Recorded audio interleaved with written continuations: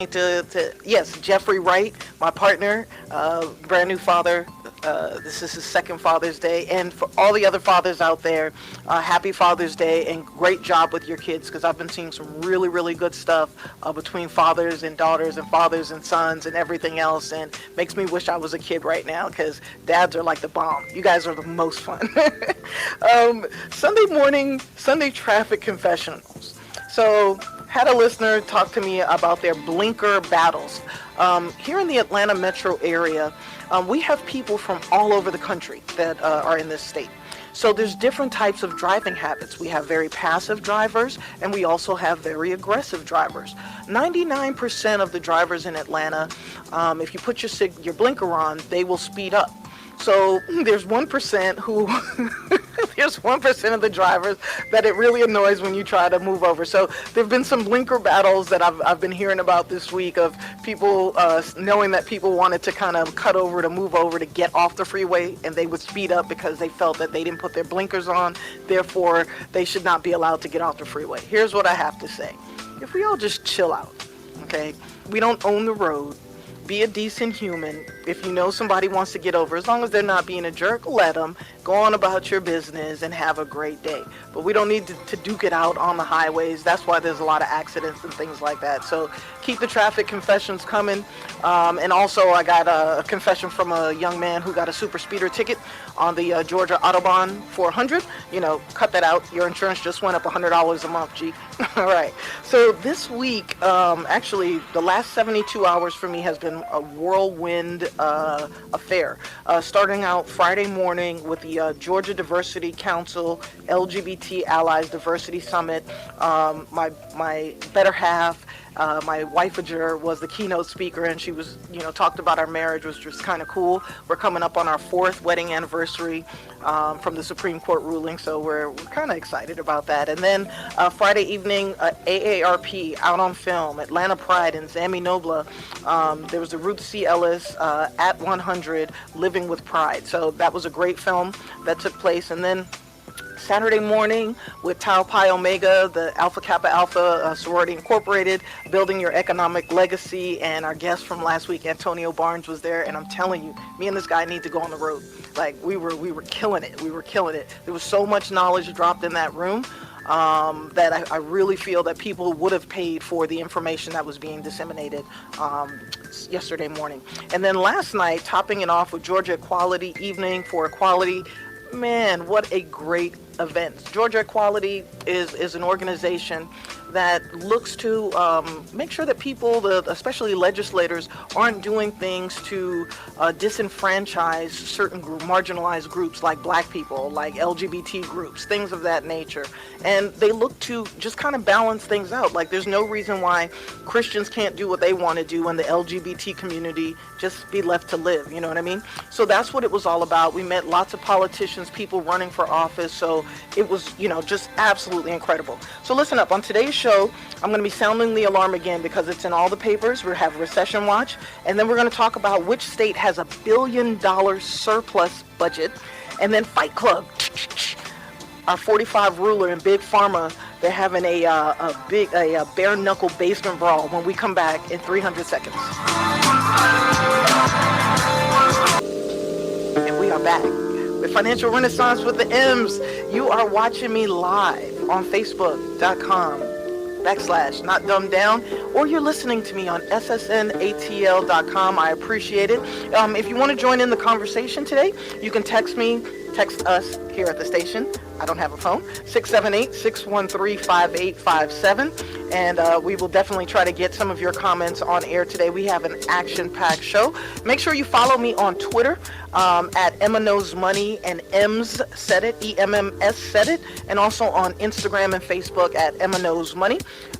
So before the break, I talked about, there's a state in our great nation, in our lower 48, that has $1 billion surplus. So we're going to look into that story in a little bit. But first, let's get into Donald Trump and his fight with Big Pharma. Like, this is absolutely incredible. I would think after the week that he had last week, battling with the tariffs and his son being pulled in front of Congress again and, blah, blah, blah, blah, blah, blah, that, sometimes you just need some space. But this dude is like Fight Clubbing it out, like shirt off, jeans rolled up, or khakis, because I don't think he can get into a nice pair of jeans, barefoot in the basement, gloves off, bare knuckled, brawling it out with Big Pharma. And this is one of the few things I actually agree with the current administration on, and it has to do with Big Pharma prices. What is happening right now is there are 3 pharmaceutical companies that are suing the White House. Okay, they are suing the White House and also the Department of Health and Human Services director or secretary. So Amgen, Eli Lilly, and Merck have filed a lawsuit in the U.S. District Court in Washington, D.C. And they're upset because the Trump administration, those commercials we hear where they're like, oh, take this drug, and then halfway through the commercial, they start telling you all the side effects. And the side effects are like, death, stroke, blood clotting, blah, blah, blah, blah, blah, just this long, long list of stuff. Like half the commercial are side effects.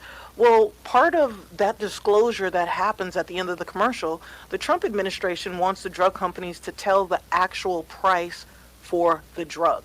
And Big Pharma has lost their shirts. Right? Is that the way I can say that? They have lost their minds about this. So they draw the line on having the prices of the drugs disclosed. And for me, they think that the rules or disclosing the prices for the drugs are bad for patients and they're detrimental for healthcare. And most patients don't actually pay full price. The insurance company pays for it, or they get subsidies or discounts, and then there's deductibles and co-pays.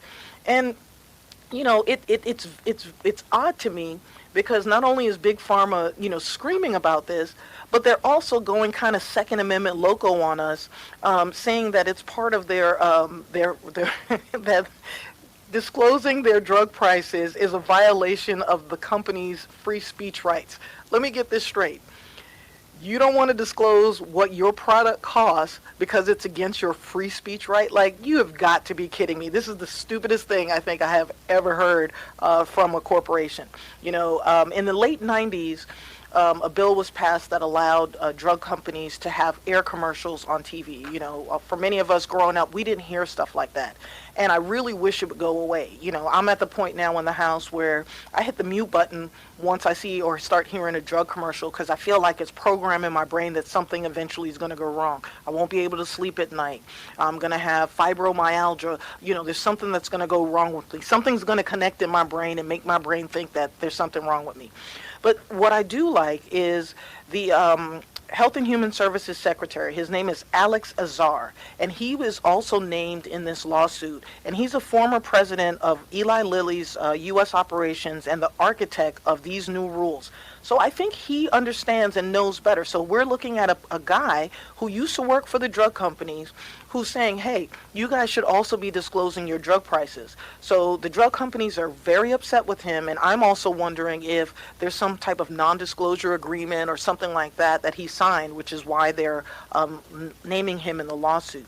Now, this requirement is supposed to take effect this summer. I haven't seen it yet, but it may have happened. I'm not listening to the commercials.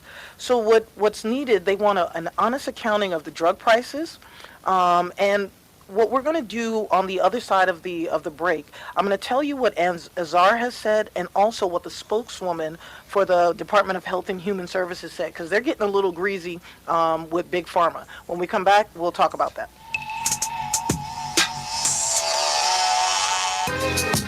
You are spending your Sunday mornings with Emma Folks, Financial Renaissance with the M's, and you are listening to me on ssnatl.com.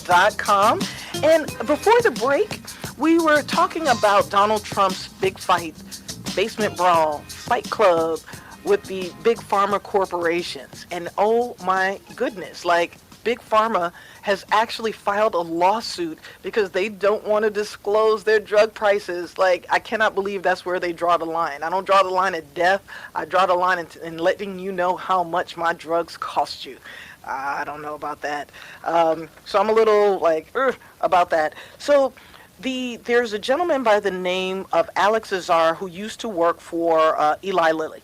And he is also being named in this lawsuit. And what he claims is that listing the prices doesn't matter It's almost the same as claiming that there's no problem with high drug costs at all. And he doesn't think that many American seniors or patients with serious illnesses would feel the same. They want to know what the pricing of these drugs are. There are people in our country who are choosing between a prescription drug that they need and eating. They are choosing between a prescription drug that they need and paying their rent or mortgage. They're choosing between a prescription drug that they need and fill in a blank, paying a utility, paying a phone bill, you name it. People are going into debt because of medical costs. So the spokeswoman for the Department of Health and Human Services, her name is Caitlin Oakley. She got a little greasy, ladies and gentlemen. She said if the drug companies are embarrassed by their prices or afraid that the prices will scare patients away, maybe they should lower them. That's right. We finally have a government agency that is looking out for we the people. So I am absolutely I'm proud of a segment of our government. So for the drug companies, I say this. They feel that, hey, patients don't pay full price for the drugs. But here's the thing. Somebody is paying full price for those drugs, whether it's the insurance company, if it's being subsidized by the government is paying for it. Somebody is paying for it. And for me, the insurance companies are already squeezing middle America. And one of the things that the Department of Health and Human Services they want the drug companies to take part or to admit that they are part of our increasing inflationary costs when it comes to medical care. So kudos to Alex Azar and also to Caitlin Oakley from the Department of Health and Human Services. Very proud of them, and thanks for what you do, because I'm often not proud of what people in our government do, especially with this administration. So my next story, the next thing that's happening in our country right now is, for the first time since 2006, some major retirement legislation is being passed. And let that sink in for a second. We're in a retirement crisis. We're having a middle class crisis. The Great Recession happened in 2008. It ended, I guess, 2011, 2012-ish. And we have had, we're on our biggest expansion in history, yada, yada, yada, but there is a retirement crisis. There are a lot of people who, by the time they reach their 60s, they still don't have enough money set aside towards retirement, so they're going to have to keep working. So our politicians came up with the Secure Act, and that stands for Setting Every Community Up for Retirement Enhancement Act. And when you hear that, that sounds so positive and light, like they're really, really going to do something. And this act passed in the House with a 417-3 vote on Thursday, and they think it's going to go through the Senate. And the bill essentially has a couple, it's not finalized yet, but it has a couple of provisions. And one of the things that comes to my mind is, who is this act really for? Who is this going to benefit? So there are a couple of segments of this act that that are about to happen. And so here's the deal. They're looking at increasing small employer access to retirement plans. So that means that small business owners are going to be able to band together and offer 401k plans and not have to worry about the liability, the fiduciary liability. So owners of businesses, if they offer a 401k, they are responsible for the mutual funds that are within that 401k, and they're responsible for the pricing of that 401k and a whole lot of other stuff. This happened with the Department of Labor rulings a couple of years ago. So the average cost to set up a 401k, even if you have two employees, one of you, the boss, and one employee, average cost is about $2,000 a year. So keep that in mind.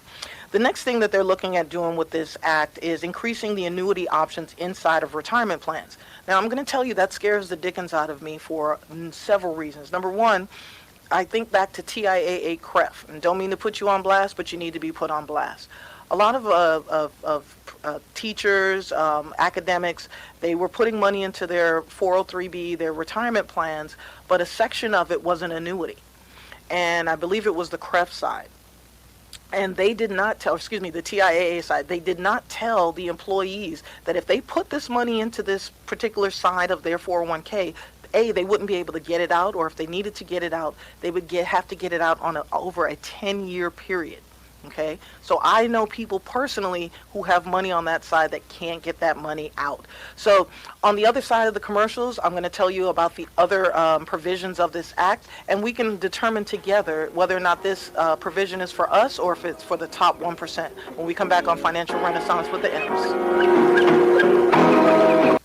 We are back with Financial Renaissance with the M's. Hey, you're watching me live on Sensation Station Network, SSNATL.com, Facebook.com/ not dumbed down. That's right. We don't talk about stupidness here. On Financial Renaissance, me, and my team, we look for topics that are happening in Washington and on Wall Street, and then we try to make sure or look and see whether or not that's going to impact us here on Main Street. And the act that I'm talking about now, the Secure Act, the reason why I'm bringing it up is we're going to hear about it. And what we need to determine, we're going to hear the words retirement. We're going to hear that, hey, setting every community up for Retirement Enhancement Act is something great for all of us. But I want you to hear about the provisions, the main provisions in this, and determine whether or not it is right for you. And if it is not, you need to send them back to the drawing board. And I know it takes a long time for them to do stuff, but don't have them pass something or agree with something if there is of no benefit to you. So again, just to recap, they're looking at increasing small employer access to retirement plans by having small business owners band together. They're also looking at increasing annuity options, which I'm against unless there is some guidance and direction and some transparency on it, because people have been putting money into annuities within retirement plans and they don't understand how it works, or they're locked in and they don't want to be locked in. The third thing that they're doing is they're increasing the required minimum distribution age. So currently, if you have a IRA or a 401k, when you turn 70 and a half, you have to start taking distributions from it, and it's based on your life expectancy. So they're looking at increasing that age to either 72 or 75. Not sure how that's going to help, because if people have trouble saving for retirement, why does it matter when they take the money out? They don't need to delay it. They actually need their money. The fourth thing that they're looking at doing is removing the age limit on IRA contributions. So now, currently, once you turn 70 and a half, you can no longer put money into an IRA even if you're still working. The fifth thing that they're looking at doing is giving a tax credit for automatic enrollment. So if you start a 401k plan at your office, they are looking at giving the employers a $500 tax credit. Okay, credit and deductions are two different things, so talk to your CPA. But also remember, I said it costs about $2,000 a year to start a 401k and administer a 401k. So they're giving you about a 25% tax credit, which is not dollar for dollar. The sixth thing that they're looking at doing is offering penalty-free distributions for the birth of a child or adoption. So this one had me kind of pause, because why do we need to take money out of our 401k to have a child? Okay, having children is expensive. I'm the first one. My wife and I will tell you, we know it's expensive. All right, 250 to 500,000, depending on what you're trying to do with them. But why do we have to take money out of our retirement account to procreate and to have kids? So that was something that kind of threw me. And then also, it'll allow you to take out about $5,000 without the 10% penalty. I believe adoption costs $20,000. So again, we're looking at them only covering or giving you kind of access to about 25% of what you're going to need. And then there's the lifetime income disclosure for defined contribution plans. I don't like this at all. This is where, when you have money in a 401k or a retirement plan, it'll tell you how much money you're projected to have at retirement age. The reason why I don't like this is because it doesn't tell you how your retirement plan needs to be allocated. So for instance, if you have your stuff in your 401k and it says, by the time you turn 65, you're going to bring home about $2,000 a month. But that's at your current allocation. It's not taking in consideration that the older you get, the more conservative you need to become. So think of it like cooking. When you're younger, you can have that fire turned up real high. right? High heat. And as you get older, you need to turn it down. So this is not taking that into consideration. So that kind of bothered me and made me think that it's not accomplishing anything. And then the eighth thing that they're looking at doing is for people who inherit IRAs from their parents, spouses, etc. They're looking at removing the stretch provisions. And what that means is, typically if you inherit an IRA, you have to take money out of it based on your age and your life expectancy. They used to have you do it at once, then they increased it to kind of a 5-year stretch, and now it can be stretched out over the course of your life. So they're looking at doing away with that as well. So for me, it just kind of makes me wonder, again, who is this provision or who is this act really benefiting?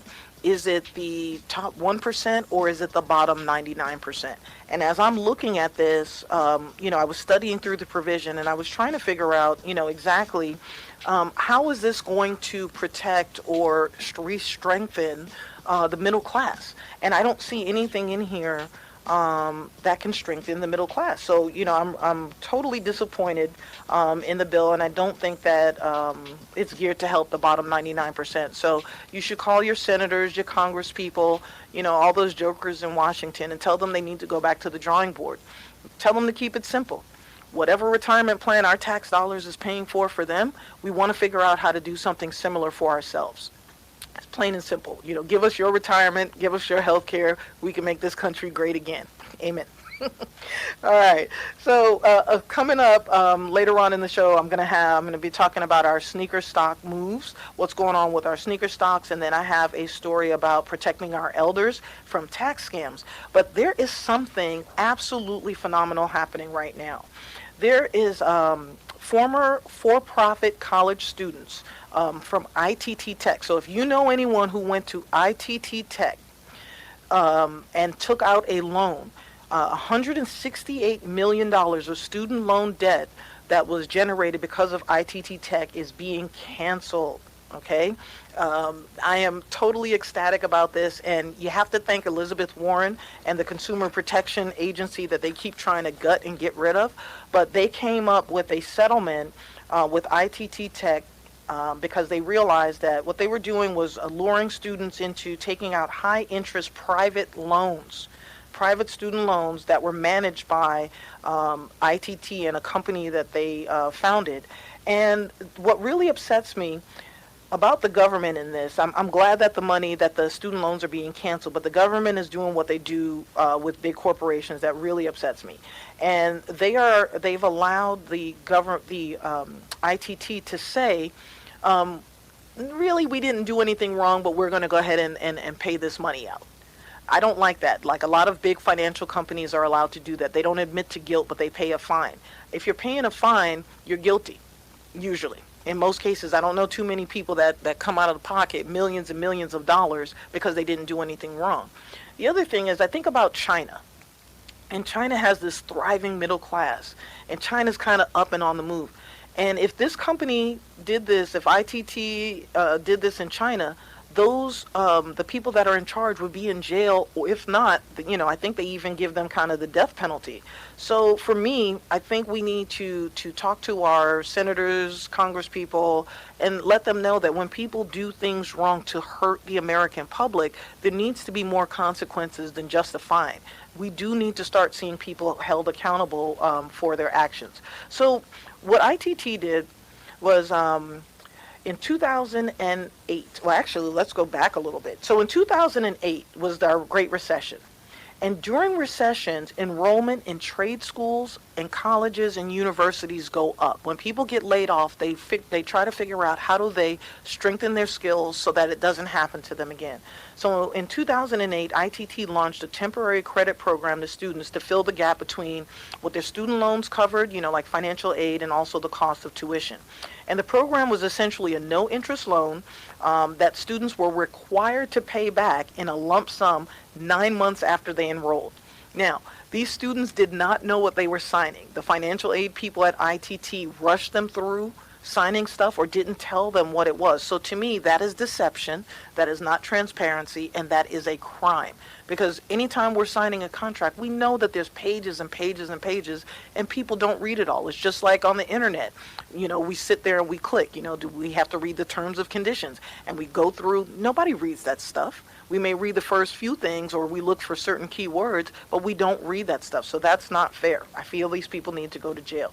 So ITT representatives told students, they came up with another plan in 2009 to get students to refinance their debt. And they told them that if they didn't refinance their debt, they would have to repay the credit and pay the next year's tuition gap or leave school. And most of these people couldn't afford to do this. Roughly about 79% of this organization's loan portfolio, was made up of students who couldn't afford it. ITT knew that many of their borrowers would be unable to repay their student loans. They knew that roughly 46% of the borrowers had credit scores of under 600. Let that sink in. So they knowingly and willingly gave loans. 50% of the loans they gave to people who had poor credit. If that's not predatory, I don't know what is. Then to boot, they had interest rates on their loans were like 13% and 16.25%. Student loan rates are usually pretty low. They're usually some of the lowest rates. So they're putting them into these horrible loans, having them refinance it and refinance it again, and then expecting them to default on it, which totally killed me.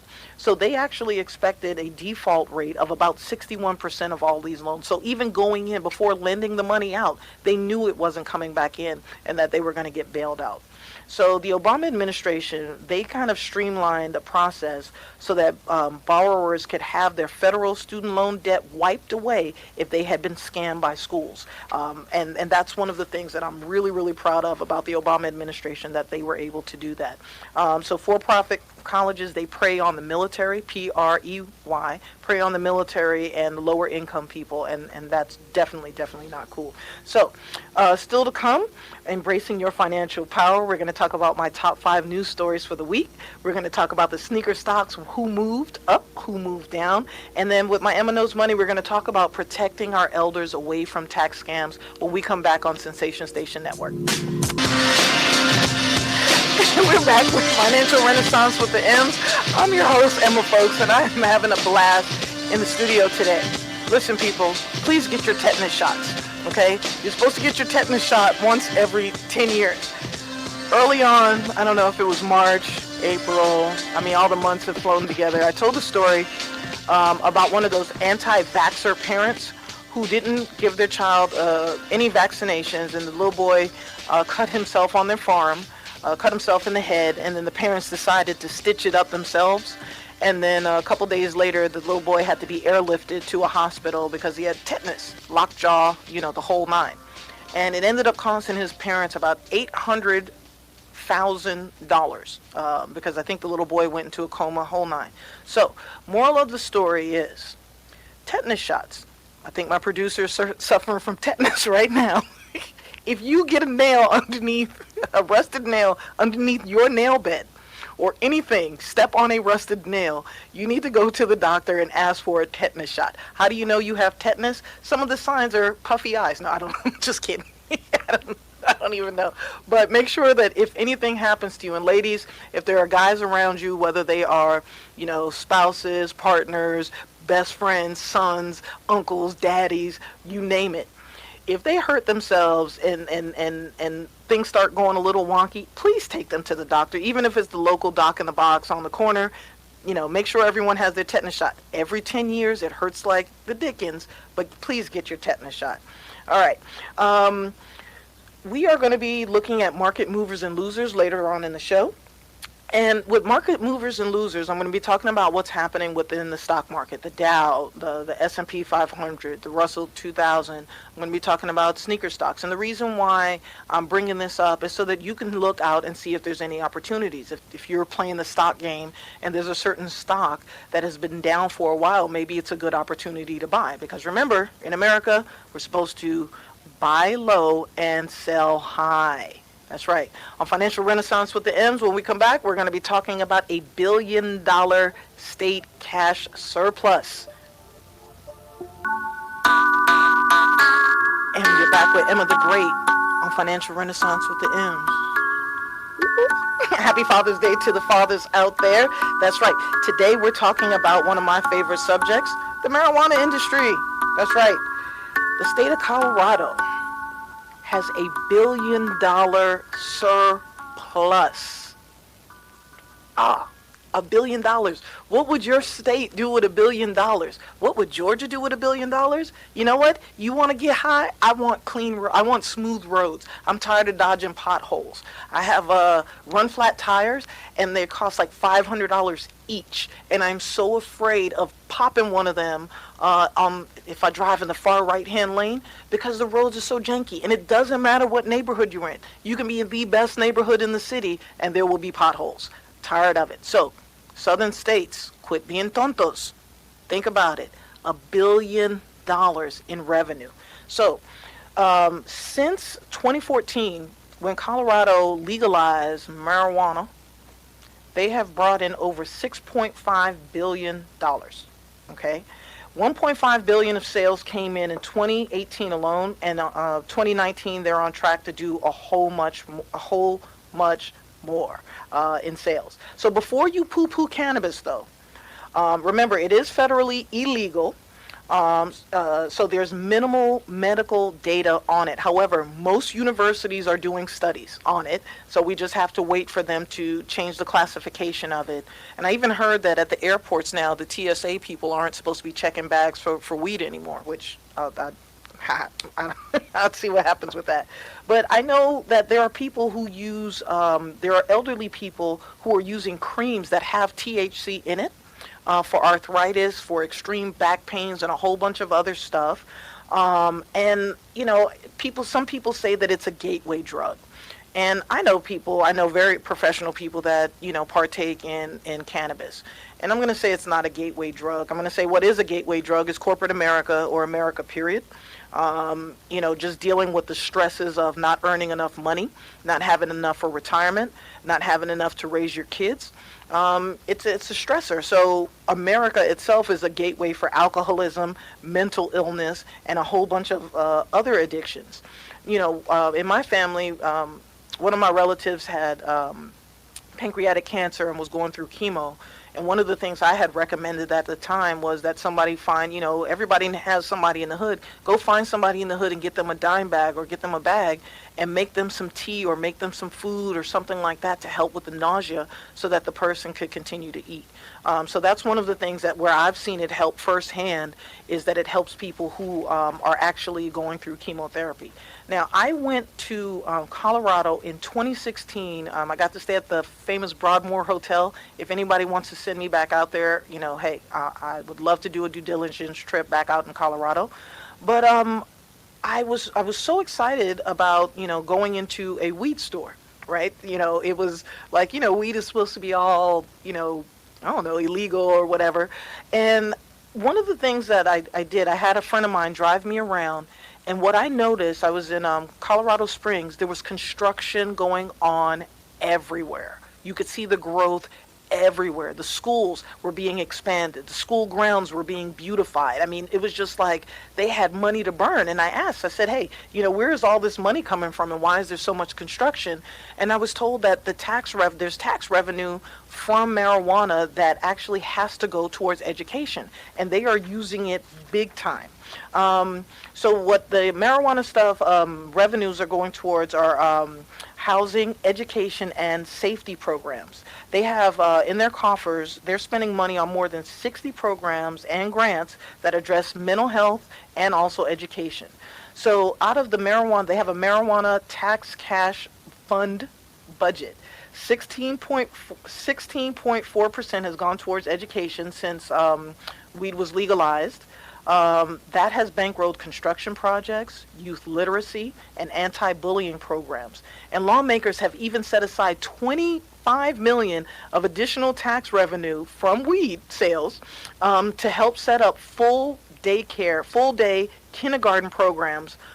So think about that for a second. If, usually kindergarten programs are half day. Your kids go from, morning to noon or from another time to the afternoon. But think about how moms and dads now, if there are full-time kindergarten programs, can actually get a full-time job during normal working hours, have their kids go to before care and after care. And imagine how that's going to impact household net worth, household income. So that is a really, really big deal. So the marijuana tax cash fund budget that they have has contributed to 4 main areas in Colorado: human services, public health and the environment, education, and local affairs. Now, the taxation of marijuana is ridiculous.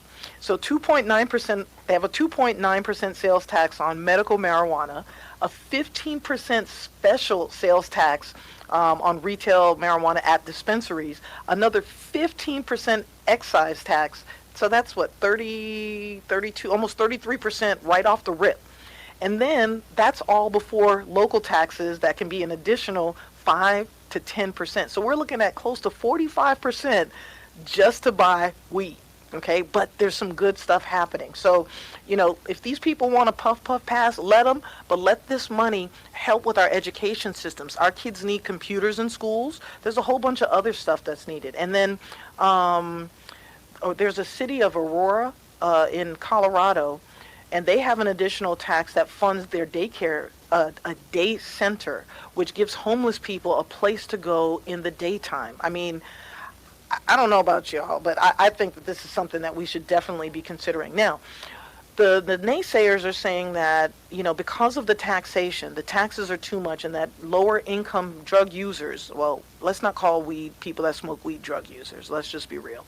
But that the lower income people can't afford the taxation on it, and that's going to drive them to the black market, buying it off of, somebody off the streets.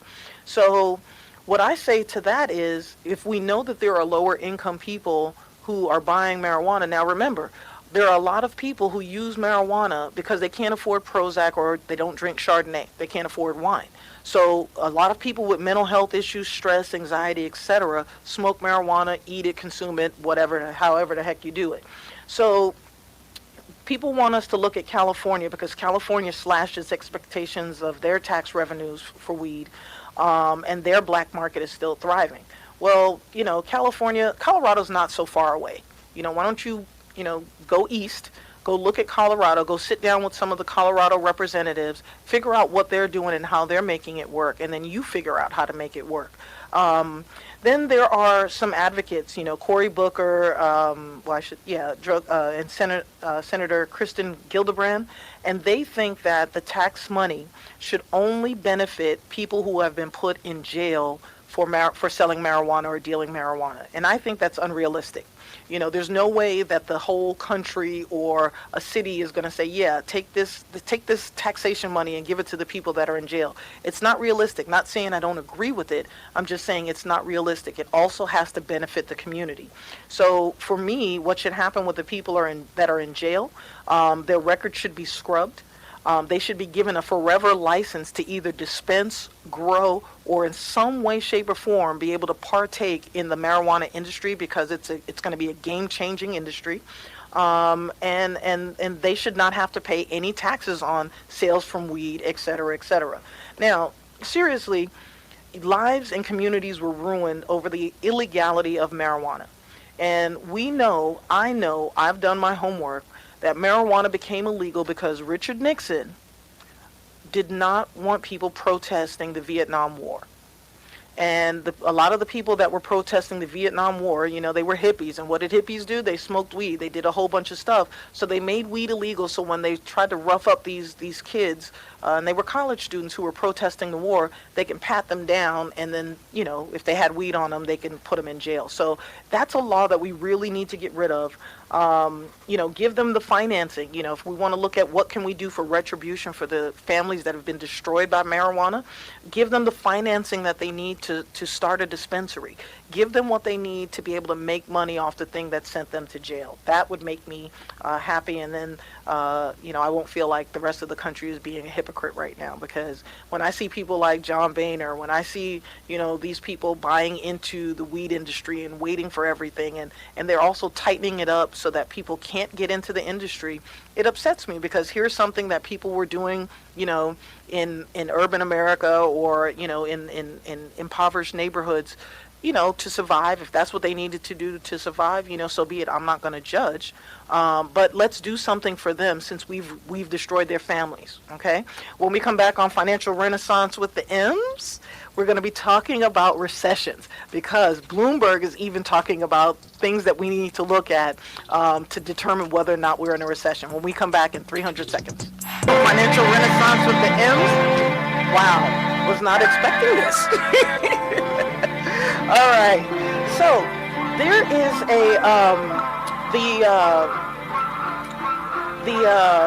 Bloomberg has actually talked about tips for spotting a recession before the recession becomes official. Let me grab this. Thanks, Trina.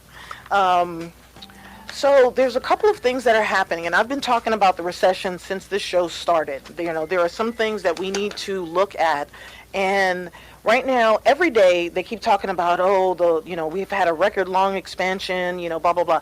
Every day that we are told that we're not in a recession is another record day for the expansion. But there's something very important that's going on that, again, I want you to, take heed to.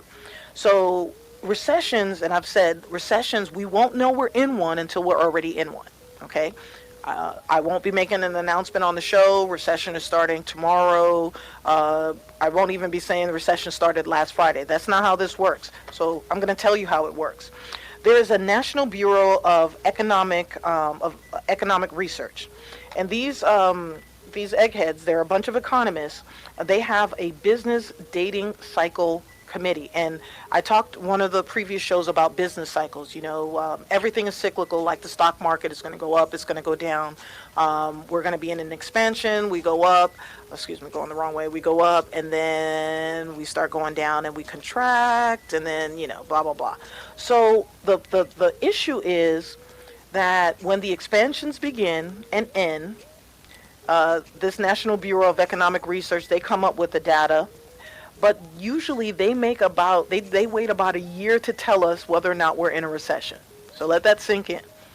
So a year from now, 6 months from now, I can tell you that the recession started in May of 2019. Okay? A lot of good that's going to do you. So again, be prepared, because we are possibly in the recession right now. All right? So Morgan Stanley has also sounded the economic alarm about a recession happening. A couple of things that we're going to be looking at. All right, the Federal Reserve has cut its rates. They're looking at cutting their rates. Right now we're at about 2.25%, and we're thinking that by July that they're going to decrease rates to about 1.75 or 1.5%. That's the lowest it's been in a really, really long time. The economists, these group of eggheads, have said that they think that the chance of a recession happening over the next 12 months has risen to a 30% probability. Okay, so again, people are starting to say with more confidence that we are heading for a recession. Now, the economists look at a wide range of data and data points to determine whether or not we're in a recession. And these are some of the things that I've been speaking to you about, my listeners, my economic knowledge seekers. And one of those has to do with the yield curve. The yield curve is really important, because we look at the short-term yield, which is how much you get paid for lending the government money, and we look at the long-term yields, which is also how much we pay the government, or how much the government pays us for lending them money. So what we're looking at are the 10-year Treasury and the 2-year Treasury, and the 10-year Treasury number, the yield that it pays us should be higher. So it should be at, like, let's just for giggles say it's at 2.5%. And let's say the short-term number, because you're not taking as much risk on the short term, let's say that's 2%. But if the two numbers invert, and let's say the 2-year treasury is now paying 2.5 and the 10-year treasury is paying 2, those numbers have inverted, and now that is a sign and symptom that we are in a recession. And we had something happen a couple of months ago where the 3-month and the 10-year inverted. And that has been a signal over the last 7 recessions that we're kind of headed down that path. So that's something that you need to pay attention to, is definitely the 10-year and the 2-year treasury. The next thing that you need to look at are credit conditions. Are banks lending? And I learned this yesterday about banks with Antonio Barnes, that banks are not venture capitalists. And we'll talk about banks and their risk-free business when we come back. And we'll also be looking at sneaker stocks and my top 5 stories when we come back on Financial Renaissance with the M's. All right, you are listening to SSNATL.com, Sensation Station Network, Financial Renaissance with the M's. We are dissecting, picking apart the recession. What is it that we need to worry about? Do we need to be worried? No, I don't think you need to be worried about the recession. We were all caught off guard the last time it happened. I think what we need to be thinking about right now is how to take advantage of opportunities that may present themselves. So as part of Recession Watch, and again, there's a lot of people sounding the alarm, make sure you're paying down your debt. Make sure you're saving money. Make sure you're not doing, making any unnecessary capital outlays. If you don't need to do something, don't do it. Just hold on to that cash. If you have kids, explain to them what's happening. They need to understand how the markets work. They need to understand how our economy works as well. I guarantee you they will get it. So if they're in the habit of asking you for stuff, tell them you're waiting for everything to go on sale just about. And they can get maybe a little bit more if they wait a little while. But of course, you just kind of trick them. They'll forget. So some of the, I was reading in Bloomberg, some of the things that these economists are now saying, because they feel now that there is a 30% chance that the recession will be happening within the next 12 months. And again, usually the economists will not call the recession until after we've been in it for a year. So a year from now, they can turn around and say, hey, we've been in a recession since May of 2019. Or 5 months from now, we can find out that, hey, the recession started in February of 2019. So that's how that goes down. So the signs and symptoms, the things you need to be focused on for yourself is the yield curve. When the 10-year treasury and the 2-year treasury invert, the spread between those, and then looking at banks, whether or not banks are lending. I found out yesterday from Antonio Barnes that banks are not venture capitalists. They run a minimum risk business. So if banks are tightening the spigot and they're not lending, it's because they see excess out there and they see increasing risk. So that's a leading indicator that we're headed towards a recession. Another thing that we have to look at besides credit conditions is the business sentiment. How are business owners feeling? What's going on with manufacturing? Things of that nature. And right now, there's a lingering caution on behalf of businesses. However, what I will say about that is that some of this was self-imposed by our president. By him bringing up tariffs and other things, starting trade wars with Mexico and China. I think we even had some beef with Canada and aluminum, things of that nature. And again, I'm all for doing what we need to do to balance out the trade. But there are things we need to start making things in our country. So the manufacturing segment, it looks like, they're sliding down a little bit. What I will tell you is that if you're thinking about looking for a new job, this is the time. I think typically employers stop hiring in October. So you have between now and say late September to start looking for another job. If it ends up that we're in a recession, there's going to start, they'll end up being hiring freezes. So this is the time to start getting, sprucing that resume up. Start, networking with people, get on your LinkedIn, do what you need to do. But if you're ready to make a move or you want to make a move by the end of this year, you better start now. One of the other issues that we're looking at for the recession are signs of labor. Not labor as in baby labor, but labor as in data, like payroll data, things like that. What's going on with the labor market? So it's a coincident indicator. By the time companies stop creating jobs, or even start laying off workers, the economic weakness is already in place.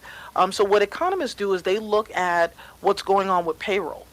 But that's not a really good indicator. I consider it like foggy mirror, right? You ever try to do your hair when the mirror's foggy after you get out of the shower? You don't really know what you're doing. or what you're looking at, it's a good guesstimation. So that's what they do. I don't think that's a great indication. I think looking at that plus like unemployment benefits gives a sense of where the economy is headed. Just figuring out how many people have either fallen off the unemployment rolls or how many people are either underemployed or what's going on with things like that. So looking at payroll data, not so sure, but you definitely want to keep your ears peeled for things like that. So when you're watching television, when you're listening to the news, again, you want to hear about the labor markets. You want to hear about what's going on with manufacturing, the yield curve, consumer confidence. These are some of the things that you want to hear about. If we start seeing declines, there could be a lot of volatility on the way down if the stock market starts going down. So these are some of the signs and symptoms of a recession. And again, it's just a part of life, just like everything. Like at some point, maybe in the next year or two, you may catch a cold. Well, our economy catches a cold every once in a while. And so just because you catch a cold doesn't mean that things are bad. You just need to chill a little bit. Right now, we just need to chill a little bit. We need to plan and prepare. Last recession that happened caught a lot of people off guard. So here it is. It's coming. So pay down the debt that you have. If you you need another job but you can't get out of the house, do the gig economy. Look at different apps that you can utilize. You can tutor, you can edit, copyright. There's so many things that you can do to earn some money without leaving the house. And if you're able to leave the house, I mean, my wife and I use Instacart. We've started seeing couples delivering groceries to us now. Like, it's a family thing. They got the kid in the back seat sometimes, groceries in the trunk, and, one person drives, or they take turns bringing stuff, the deliveries to the door, and they're out of there lickety split. So they're able to maximize the amount of runs that they can do on a weekend. So it's another way of, hey, if you've got a lot of excessive debt, maybe look at doing something, whether it's deliveries, Amazon. There's a lot of opportunities to make extra money today that won't require you to wear a striped shirt and like a name badge, okay? So you can still keep your dignity. All right. On Financial Renaissance with the M's, when we come back, we're going to be talking about sneaker stocks and our market movers and losers.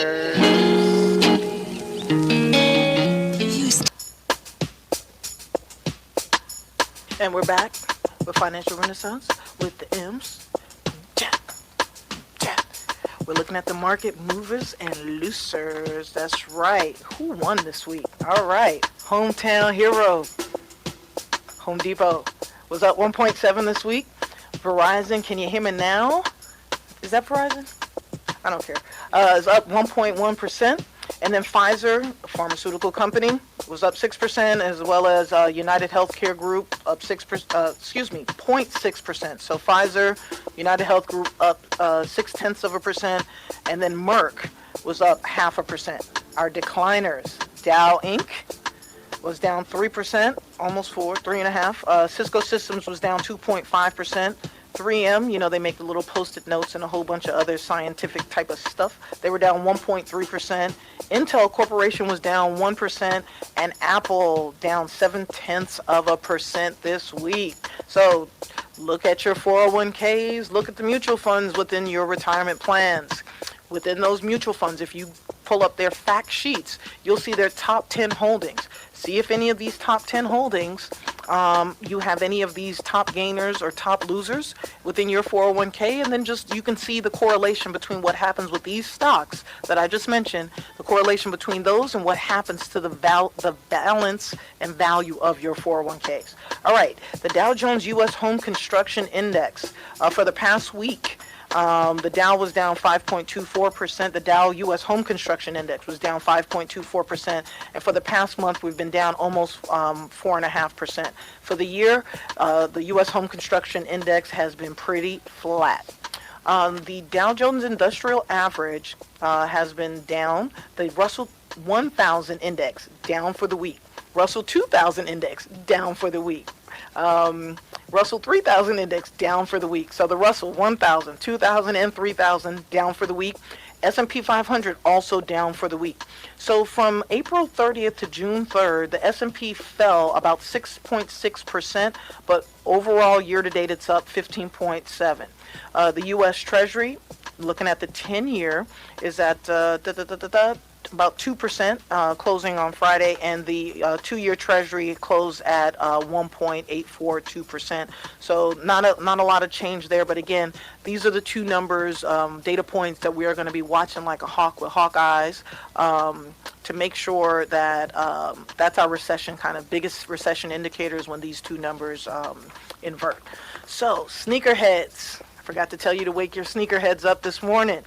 All right, Nike was down last week. Adidas was up 0.5%. Puma was up almost 2%. What is it? What's UA stand for? You made me forget now. But Skechers was up almost 3% at 2.86, and then Foot Locker was up 0.1%. Under Armour, that's who it was. I couldn't remember because I wrote the initials. Under Armour. Every time I hear UA, I think of that song from like, what was it? The early the 90s or early 2000s. It was some song. I don't remember if it was Outkast, but there's something with UA in it. You remember, Prime? No? Okay, he does. But anyway, so Under Armour was up about 1.5% this week. So the sneaker stocks did really good this week for everyone except for Nike. Foot Locker, as I mentioned, was up about 0.1%. So again, overall, sneakers are doing really, really well. But again, if we end up with our tariffs with China, remember that the price of tennis shoes are going to go up. So if you're one of those collectors, that may be a great time to unload some shoes. This may be a great time to buy some shoes. It may also be a great time to start looking at investing in some of the stock of the shoes. So if you have young people that live with you and they're into tennis shoes, things like that, instead of buying them a physical pair of shoes, maybe get them a physical paper stock. They can mail it to you. You can frame it. That's what I did for my kid when he was little. Framed his Disney stock and whatever else he had, just so that he would understand that he owned a little piece of it. So there's different ways of buying into a company, and that's one way. You can wear it on your feet, and you can also have it in your account. You know what I'm saying? That's what we do on Financial Renaissance. We try to teach you what can you do to help increase the wealth of your family. All right, when we come back, my top 5 news stories of the week, and Emma Knows Money, how to prevent your abuelitas and mimas from getting scammed by the tax scammers, when we come back.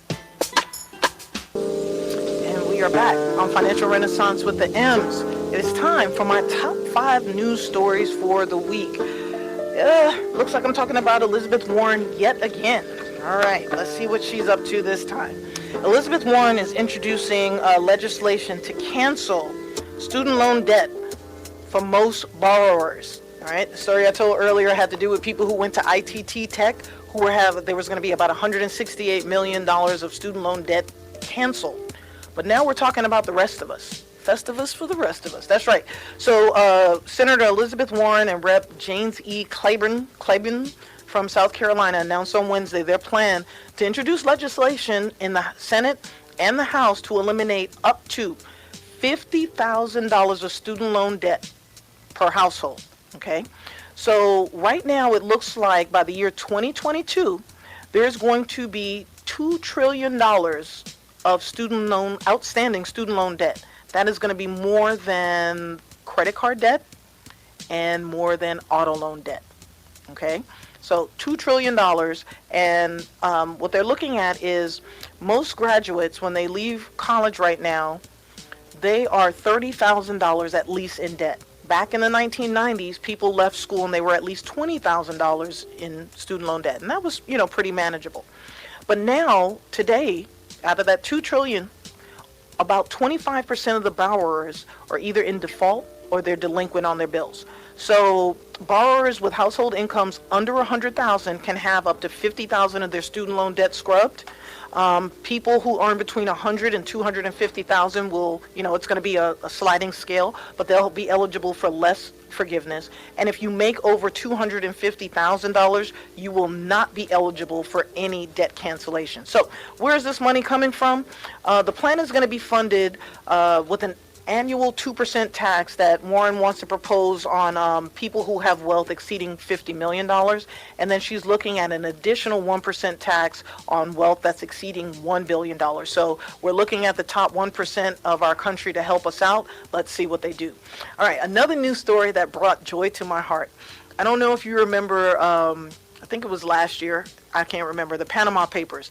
A bunch of journalists around the world got together and they did this secret collective story on all these multinational corporations and people that were hiding money in offshore accounts. Well, the G20 reached an agreement last week to plug loopholes that allow a lot of multinational companies to book profits in low tax countries.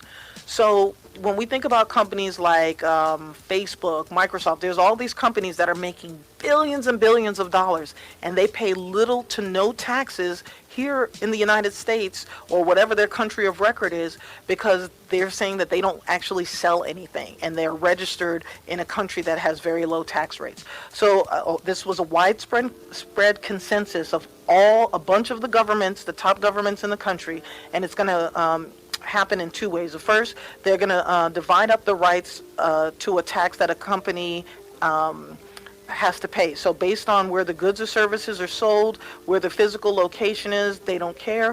What they're going to do is have companies that are registered in low tax havens or offshore havens, they're going to face a minimum global tax rate. That's right. So no more, I'm registered in the Bahamas, I pay 15% or I pay nothing as long as I give the government, the Bahamian government some money, or the, Swiss government some money. That's going to be gone.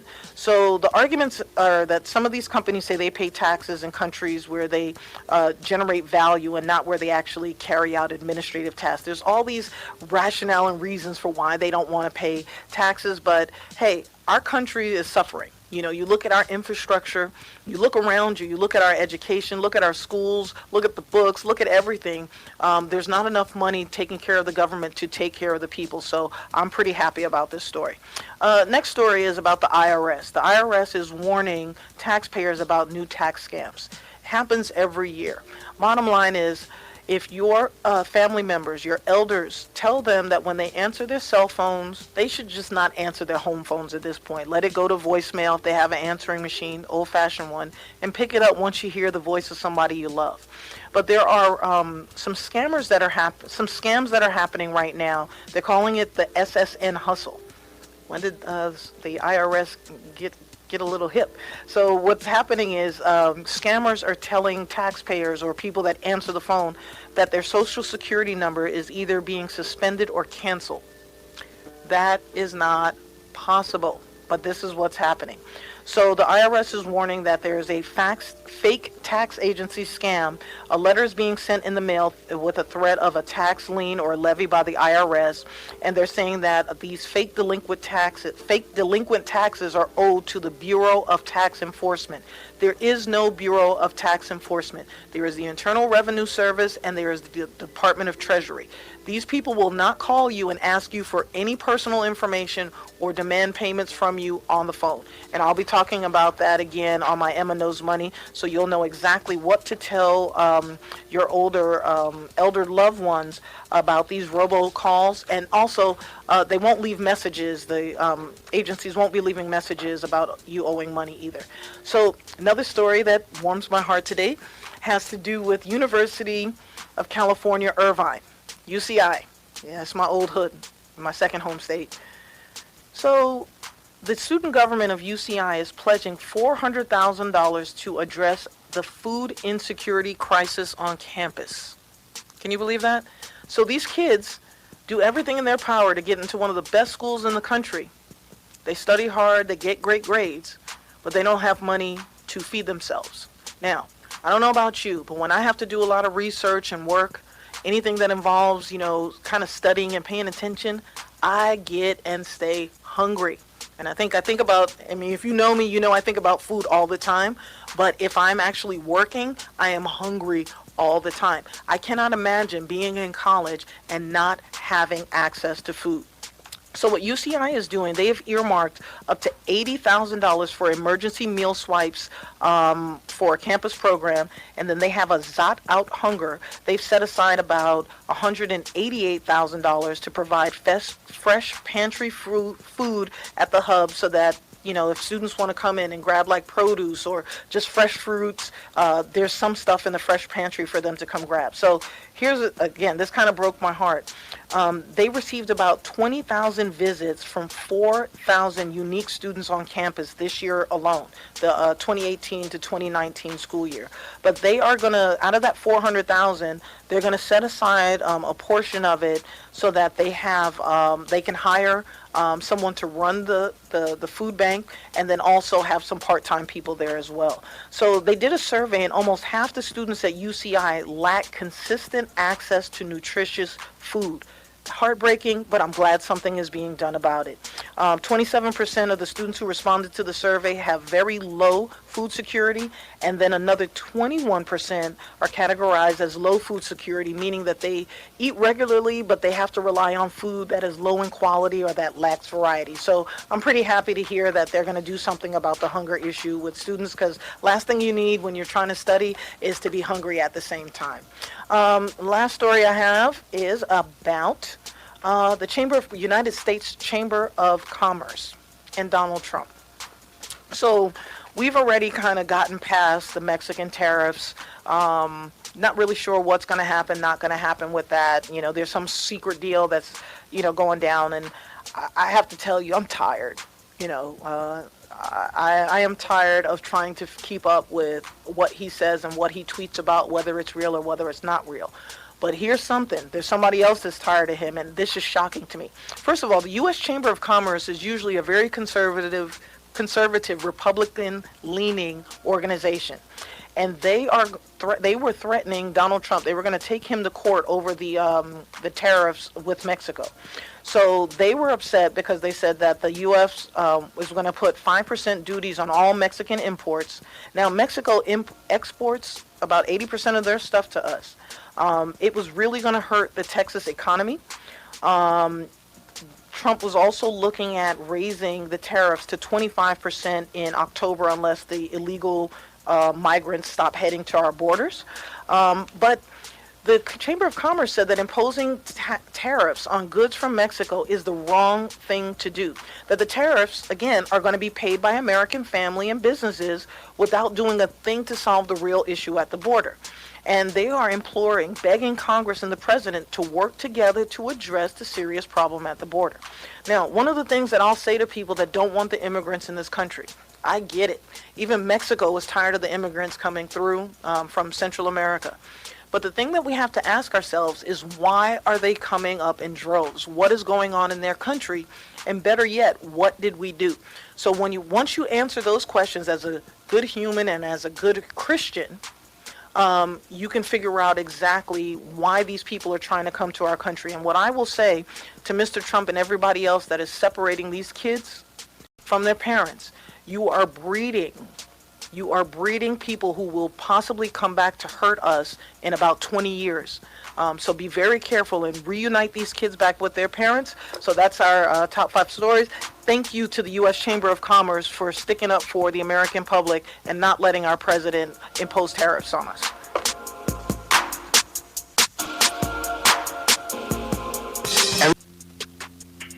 And we're back on Financial Renaissance with the M's. You are listening to us on Sensation Station Network, and this is time for Emma Knows Money.